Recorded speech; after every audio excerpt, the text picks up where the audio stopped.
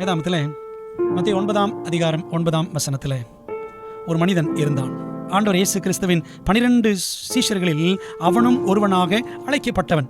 ஆயக்காரனாக வேலை செய்தவன் இந்த லேவி மத்தேயு, லீவாய் மேத்யூ.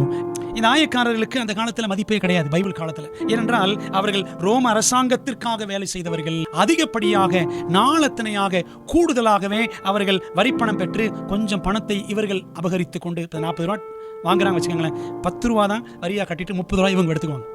இந்த மத்தேயு என்று பார்த்தோம். அதுபோல லூக்கா 19ஆம் அதிகாரத்தில் இன்னொரு மனிதன் ஜாக்கியஸ். அவனையும் நம்ம என்ன சொல்லலாம்னு பார்த்தீங்கன்னா இந்த நெறிந்த நாணல் அப்படிதான் சொல்லலாம்.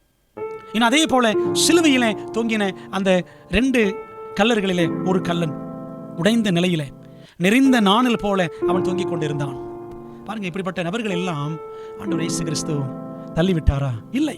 யோவான் 6ஆம் அதிகாரம் 37ஆம் வசனத்தில் வாசிக்கிறோம், என்னிடத்திலே வருகிறவனை நான் புறம்பே தள்ளுவதில்லை என்று ஆண்டவர் இயேசு கிறிஸ்து சொல்லியிருக்கிறார்.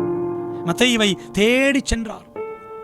ஆதாம் அவனும் நெறிந்த நாணல் போல் தேவனுடைய வார்த்தையை மீறிவிட்டோமே, கீழ்ப்படியாமல் போய்விட்டோமே, சாத்தானுக்கு செவி கொடுத்து தேவனுடைய மகிமையை இழந்து விட்டோமே என்று அவன் பயந்து ஒளிந்து கிடந்தான். பாருங்க, ஆண்டவர் இயேசு கிறிஸ்து அந்த நெறிந்த நாணலை அப்படின்னு சபித்தவனை ஆதாம் ஏவாளை தள்ளிவிடவில்லை, தேடி வந்தார். ஒருவேளை நீங்கள் நெறிந்த நாணல் போல பலவிதமான குடும்ப சவால்கள், நோய் நொடிகள் மத்தியிலே நொடித்து போய் கிடக்கிறீர்களா? அன்பான தேவ பிள்ளைகளே, தேவன் நெறிந்த நாணலை அவர் முறிக்கிறவர் அல்ல. தேவனுடைய பொறுமை இந்த வசனத்தில், அவருடைய மென்மை தன்மை, அவருடைய டெண்டர் கேரக்டர் இந்த வசனத்தில் வெளிப்படுகிறது.